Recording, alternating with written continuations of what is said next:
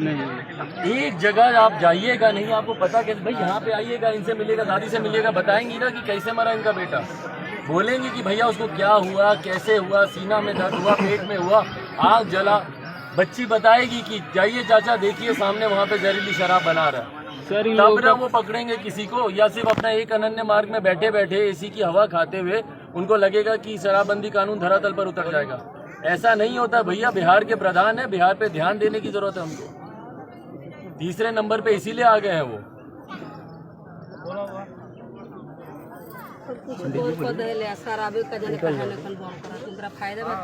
बाबू थोड़ा सा हाथ हटाओ बाबू, मोबाइल। संजय,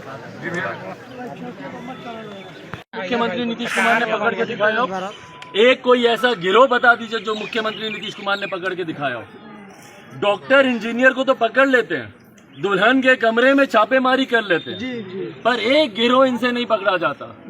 एक कोई ऐसा जो जहरीली शराब का निर्माण बना रहा हो वहाँ पे छापे, मतलब मन में भय है कि भैया फटाफट दफना दो, सबूत मिटा दो। सर नीतीश कुमार कहते हैं कि ना हम किसी को फंसाते हैं ना किसी को बचाते हैं यहाँ पे, लेकिन विपरीत नजर आ रहा है सारी परिस्थिति उनकी बातों का। भैया फंसाया नहीं जा रहा, अब वो परिवार डर के मारे नहीं बोले, भाई जो हिम्मत किया वो बोल रहा है। और कल को हम उम्मीद करते हैं कि भैया ये नहीं तो कल को जब हम लोग की सरकार आएगी तो जो मुआवजा उचित बनता है वो हम लोग दिलाएंगे। भाई मिलना चाहिए 4 लाख रुपए मुआवजे के तौर पर, जब ये बोलते हैं मिलना चाहिए, सरकारी नौकरी परिवार के एक सदस्य को मिलनी चाहिए, क्यों नहीं ये सारी चीजें मिल रही है? तो अगर ये नहीं बोलेंगे, वो परिवार को डरा दिए लोग, उनसे लिखवाए तो सबसे हैं ये लोग। अच्छा और बताइए कि अगर मान लीजिए हार्ट अटैक आया, जो आया तीनों परिवार में एक साथ आ गया, ऐसा क्या हो गया था भैया कि तीनों को एक ही साथ एक ही जैसी चीजें हो गई? तो भाई ये तो मतलब सफेद झूठ, मतलब प्रत्यक्ष को प्रमाण की जरूरत नहीं होती, जो सारी चीजें सामने, पर उसके बाद भी प्रशासन सोचता है कि हम लोग मूर्ख हैं। भाई हम लोग मूर्ख नहीं है, गांव की जनता भी आज की तारीख में इतनी जागरूक हो गई। आपने फंसाया, बिना पढ़ाए बिना समझाए आपने साइन करवा दिया, पर आज खुल के सब लोग बोल रहे हैं ना, हिम्मत वाले लोग हैं। दलित अगर आप सोचिएगा कि भैया इसको दबा देंगे, कुचल देंगे, तो बस ठीक है, फिर देखिएगा आने वाले समय में भाई हम लोग भी जवाब देंगे, सब लोग मिलकर।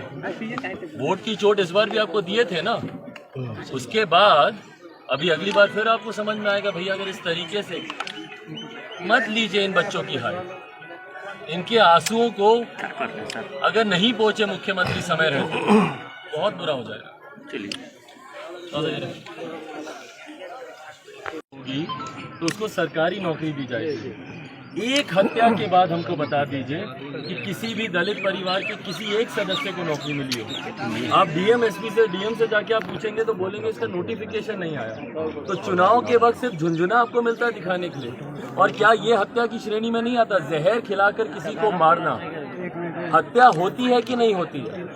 तो उसी तरीके से जहरीली शराब पिलाकर अगर किसी को मारा गया है तो ये हत्या है, हत्या की श्रेणी में ये आता है।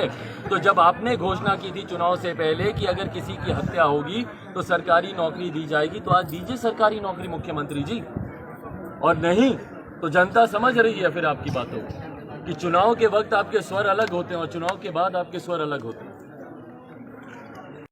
बताइए, सही बोल रही है बच्ची।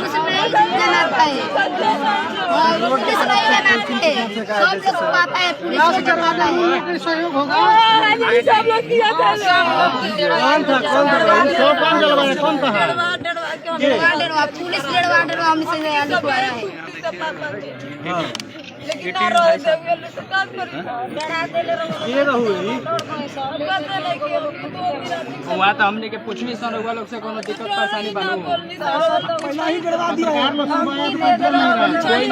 प्रशासन आया तो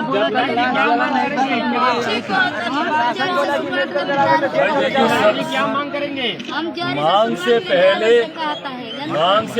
मुख्यमंत्री नीतीश पहले देखें कि बिहार में बोलते हैं ना कि महिलाओं के लिए हमने कानून बनाया। ये कौन है सब लोग बताइए? महिलाओं के लिए बोलते हैं ना कानून बनाया। आज उनके कानून की विफलता की वजह से आज जहरीली शराब पी कर, ये तो दो परिवारों के उदाहरण है ना भैया।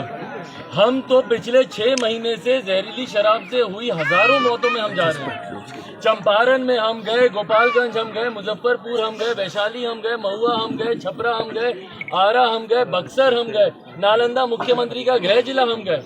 आज हम यहाँ पे आ रहे, कितनी माताओं के हमने आंसुओं पोंछे। और मुख्यमंत्री नीतीश कुमार जी को एक बार जरूरी उनको महसूस नहीं हुआ कि भाई आके मिले, एक बार मुख्यमंत्री इनके आके सर पे हाथ रखते, शासन प्रशासन की हिम्मत होती इनको डराने धमकाने की। एक बार आकर अगर वो पूछते कि भाई बताइए, ये छोटी सी बच्ची बता रही है, ये छोटी सी बच्ची बता रही है कि हमको पता है कि भैया कहाँ पे जहरीली शराब बनती है।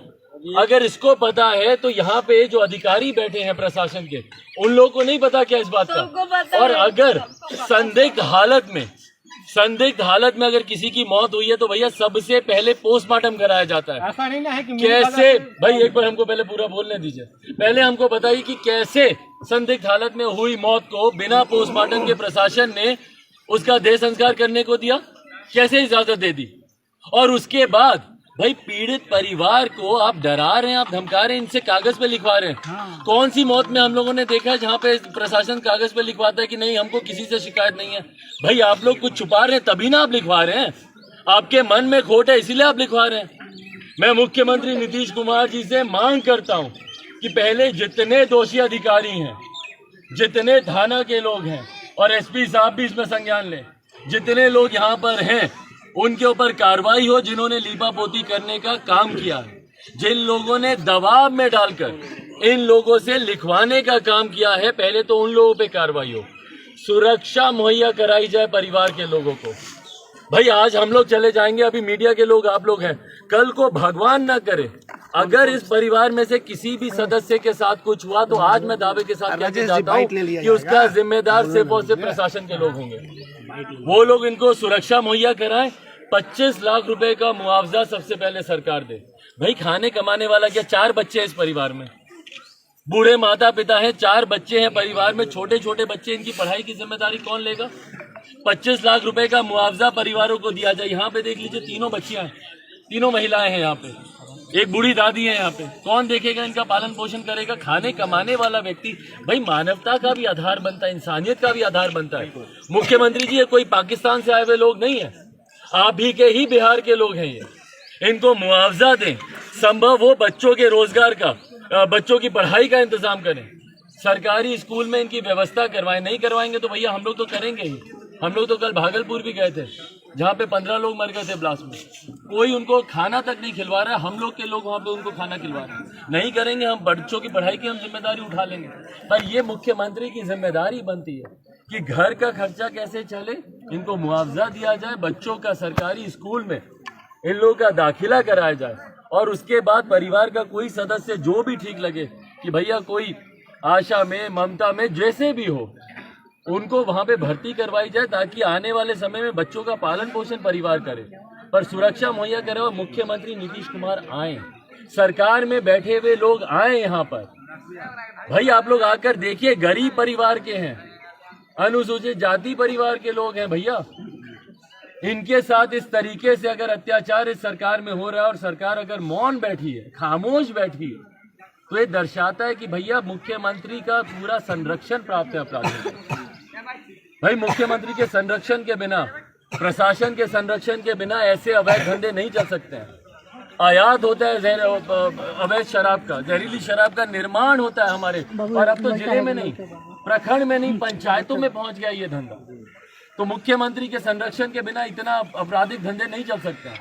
तो मुख्यमंत्री नीतीश कुमार जी अगर सही में अपने शराबबंदी कानून को अगर वो धरातल पर उतारना चाहते हैं तो पहले आके इन परिवार वालों से मिलें, पूछे इनसे क्या हुआ, कैसे हुआ। जब तक आप मिलिएगा नहीं, पूछेगा नहीं, आप समझिएगा कैसे कि भैया क्या घटना घटी। बताइए।